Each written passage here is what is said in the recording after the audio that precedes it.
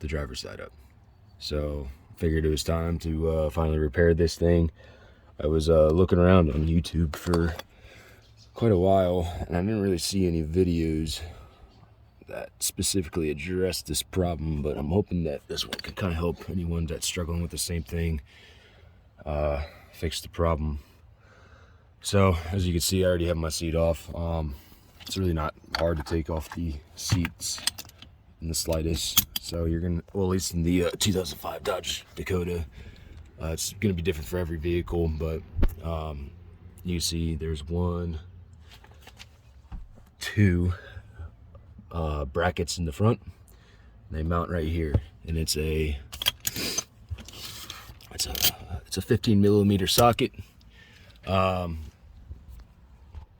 Be warned that it is difficult to get off if you've never taken them off, especially if you let water or any sort of moisture get in there and mess with the rust and all that.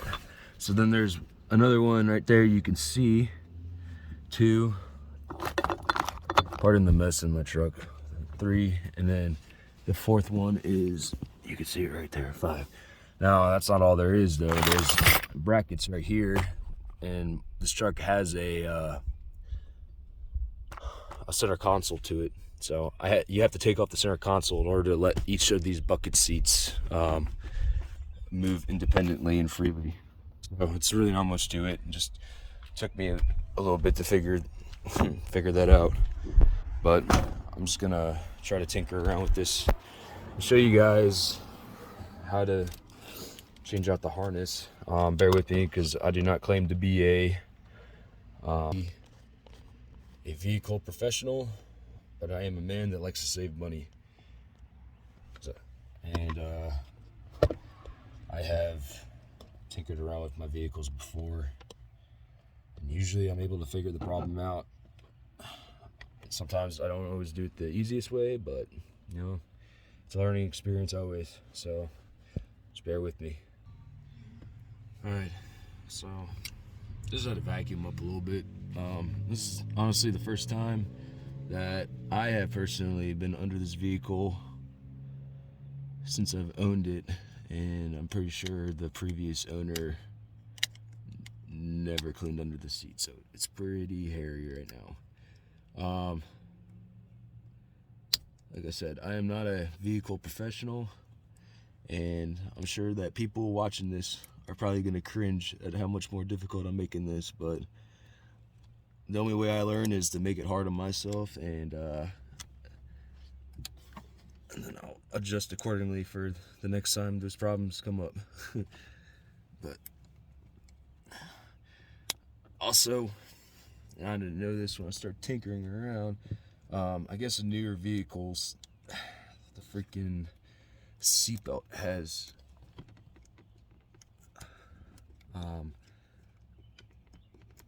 attachments, there we go, that somehow connect with the airbag, and if you're not properly trained on what to do, then you could deploy the airbags. So you just gotta be careful with that. But yeah, all this is just a, your basic clip. Hit the red tab right there. There's a I don't know what you would call it, like a mounting bracket that pops into here. That's why I was having difficulty with it. I didn't know that until I saw the new one had it. But all you're gonna do is just come in here and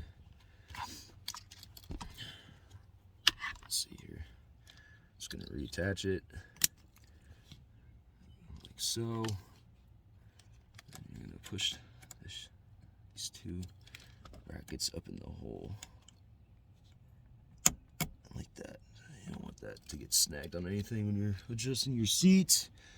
Then we're gonna come around the other side. We're gonna come around to the other side, and you can see where the seatbelt mounts up. Yeah, funny story. I took the seatbelt buckle off of the center, like the middle front seat, and try to beat the system here and try to get the constant chiming to stop, and it doesn't even fit. So I learned that not all belt buckles are made the same size too. Like I said, sounds like some pretty obvious information. Looks like I didn't feed that wire through like I should have. So let's see, let's follow it here. So,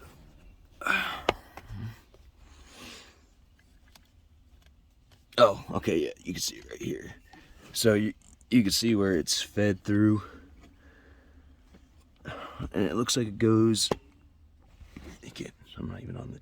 Looks like it goes above the rail, but above or underneath the actual seat frame. So just be mindful of where you place it so it doesn't get snagged on anything, because the last thing you want to do is spend another $60 on that and wait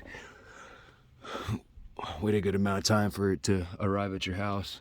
But all I'm gonna do is, actually, I'm gonna take this back off. I gotta go on the other side. I should have thought about this before, but I'm just gonna come back here, undo what I did. Come on, man.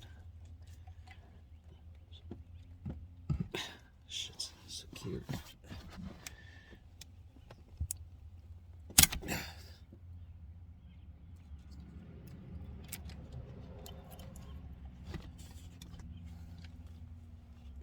Slide that back in there. Oh, see, I just learned another something new. That was just a slide. Oh, all right, you live and you learn, right? I'm just gonna come undo this again, and then I'm gonna go back on the other side, feed it back through. All right, back on the other side.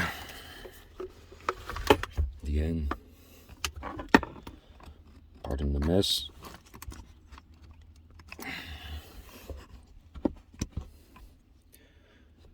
Let's see here.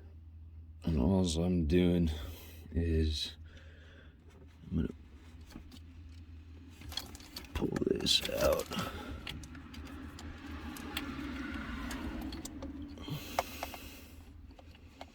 Looks like it's a pretty tight fit, actually.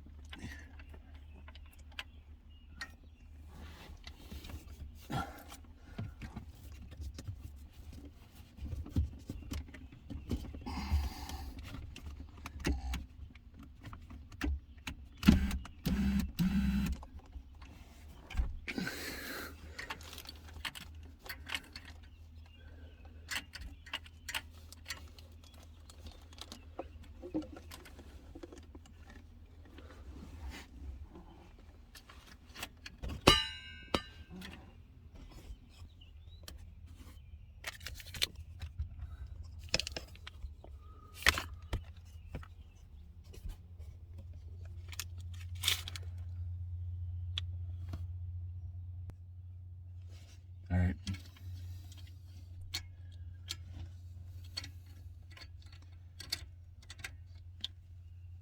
I'm struggling pretty good with this right now. I'm not gonna lie. Probably making it harder on myself. I could just, pull the old. Just pull the old. Just pull the wire through is what I guess all I'm trying to say here. But I'm trying to figure out how they fed it through, and so I can make my life easier. I just don't see how they did it.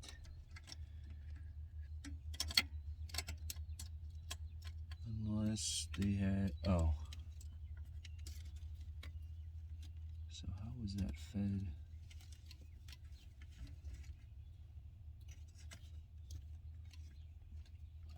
Okay.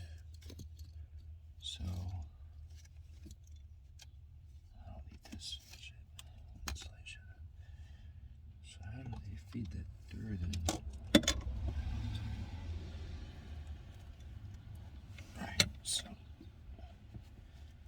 It's right there.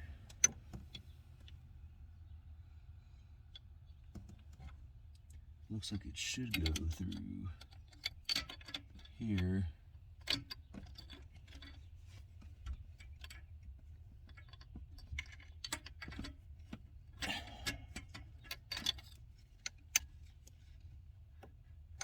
All right.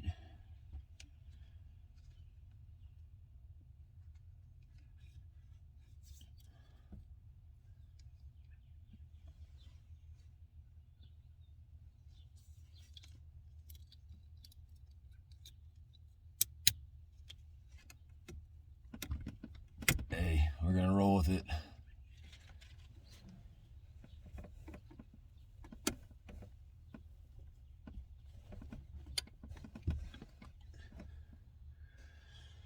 All right. Well, as I said, might not be the perfect way to mount it. It's probably a better suggestion out there, but